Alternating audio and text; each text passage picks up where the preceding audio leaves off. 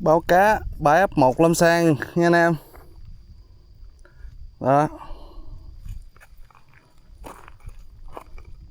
Một đống lau kiến luôn. Tàu ngầm.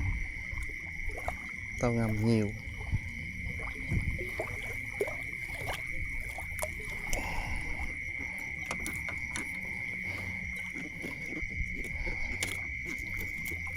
Lau kiến nhiều quá. Đầy dữ luôn. Con này là con thứ N luôn. Cá lau kiến ăn miệng không? Chấm đen nha anh em.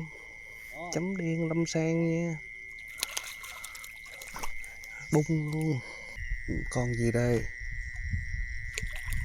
Con gì đây?